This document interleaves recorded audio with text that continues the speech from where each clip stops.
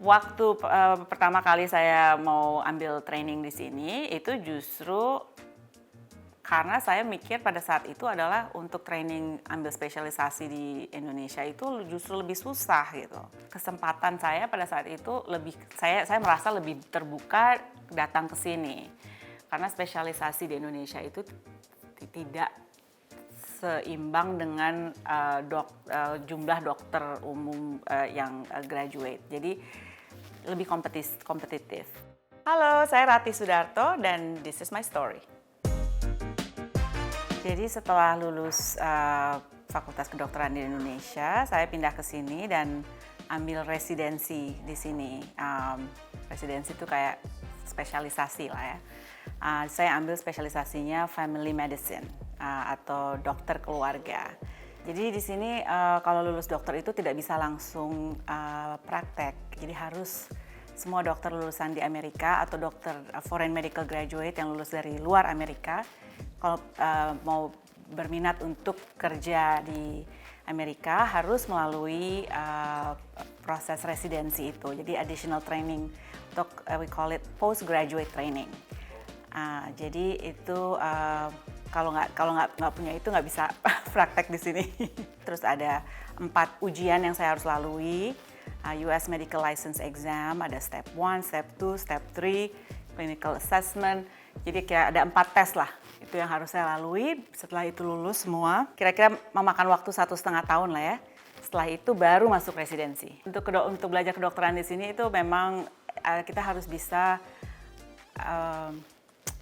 apa ya, istilahnya tuh, you kinda lose your 20s. Like you can't be like other your friends yang mungkin orang-orang lain yang bukan di kedokteran pada saat mereka umur 20, 25 itu udah bisa bekerja, bisa menghasilkan uang, bisa bersenang-senang. Dokter ini prosesnya lebih lama. Amat sangat lama, jadi harus siap gitu. Oke, kita harus training ini memang lama dan harus fokus dan mungkin belum bisa lah yang menghasilkan uang. Saya ambil residensi di West Virginia, jadi amat sangat rural ya area. Jadi beda sekali karena saya lahir dan dibesarkan di Jakarta, kota yang berapa juta sih sekarang penduduk Jakarta ada lebih dari 10 juta. Jadi saya pindah ke daerah kota kecil yang cuman 30.000 penduduk ya, 30-50.000 penduduk. Jadi itu benar-benar culture shock gitu karena beda lah cara hidup di daerah yang very rural tuh sangat beda. Boleh dijelaskan bagaimana Anda bertemu dengan suami Anda? Ketemunya pas lagi residensi, jadi saya waktu itu masih udah tahun ketiga dan suami saya itu kerja di rumah sakit tersebut sebagai radiologis. Jadi ketemunya kebetulan suatu hari membahas tentang satu pasien, terus ya udah ketemu dan mulai makan siang dan makan malam dan selanjutnya selama hampir 3 tahun. Kemudian saya pindah ke Virginia setelah saya punya anak. Saya membuat keputusan tersebut karena saya merasa di Virginia ini lebih bagus untuk membesarkan anak karena di sini lebih besar, kotanya lebih banyak social support, lebih banyak orang Indonesia di sini yang buat saya, karena saya nggak ada keluarga di sini, saya merasa lebih nyaman, banyak teman. Suami saya juga dari backgroundnya Chinese, American Chinese, so kayaknya Asian cultures banyak yang sama lah. Jadi dia rasa kekeluargaannya juga sangat erat dengan keluarga dan kita masih sering ketemu as much as we can. So makanya saya mau pindah ke sini karena di Virginia ini dekat sama embassy. Di sini ada rumah Indonesia ya yang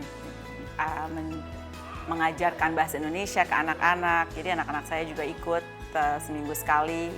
6 bulan dalam setahun dan juga mereka bermain dengan teman-teman anak-anak Indonesia. Jadi saya rasa itu exposure-nya cukup lah gitu. Dan kita di sini banyak kan acara 17-an, acara bazar, acara makanan Indonesia walaupun saya nggak bisa masak, tapi bisa pesen.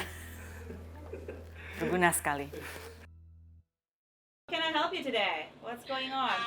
So ibu saya dokter public health. Dulu waktu saya kecil ya dia suka ajak saya misalnya lagi ke daerah gitu ada pekerjaan, saya kadang-kadang dibawa, nanti saya disuruh bantuin tulis apalah statistik atau ini itu, dan saya melihat pada saat itu membuat sesuatu yang membuat saya tertarik adalah tiap kali pergi ke daerah yang berbeda itu orang-orang tuh very respectful to her because she's a doctor ya gitu. Jadi itu kayak membuat saya merasa it's actually membuat saya tertarik lah. Saya dan suami kita tuh berdua pengen jadi dokter bukan berdasarkan karena orang tua mengharapkan, tapi karena kita sendiri melihat selama growing up melihat bagaimana orang tua bekerja dan itu membuat kita tertarik gitu. Dan sekarang kalau seperti karena suami saya kerja dari rumah sebagai radiologis, itu anak-anak saya kalau sebelum tidur sekarang mereka udah minta gitu, boleh nggak Kak mau lihat X-ray of the lung or the CT scan or sekarang mereka udah bisa gitu identify yang is this a CT scan, is this an MRI, so I think they're way ahead. Umur mereka? Umur mereka 4 tahun, 9 tahun, dan 11 tahun. Ya. Even though it's hard, a lot of time gitu, one of the things that membuat saya mau terus ya mengerjakan ini adalah ini sangat rewarding. This profession is very rewarding. It's hard, but very rewarding in a way. Jadi kadang-kadang kalau misalnya ada orang yang pasien yang amat sangat grateful, mereka kadang-kadang kirim kartu atau kirim bunga atau apalah ya, misalnya terima kasih gitu. Kadang-kadang kartu-kartu apalagi yang handwritten itu saya kumpulin. Saya taruh di box. Jadi kadang-kadang kalau satu hari yang udah lagi, aduh capek banget ini benar-benar, karena harus kayak non-stop gitu kan, ada terus ya. Itu kadang saya buka, saya baca lagi, saya bilang this is okay. And the next day we'll start from fresh. Dan tetap Anda simpan sampai sekarang?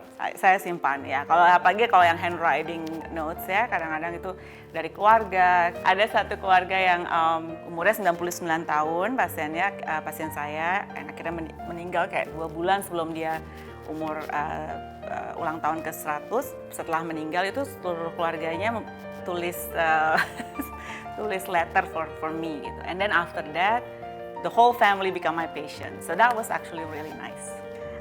Ini saya pernah dapat dari salah satu keluarga pasien. Mereka bilang, Dear Dr. Sudarto, on behalf of the whole family, I thank you for caring for our mom.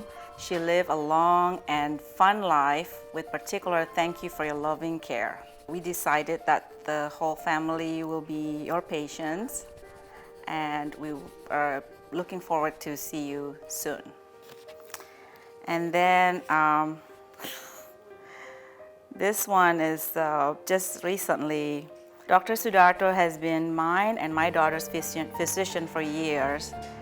She is a goddess amongst women and a true caring heart amongst doctors with God complexes. My daughter has a lot going on since she was 10, and we started seeing her. She's 16, and Dr. Sudarto was so personally invested in her success.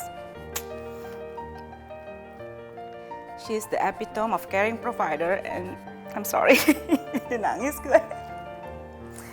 And in this crazy time of COVID, still takes time for our everyday problems. Thank you.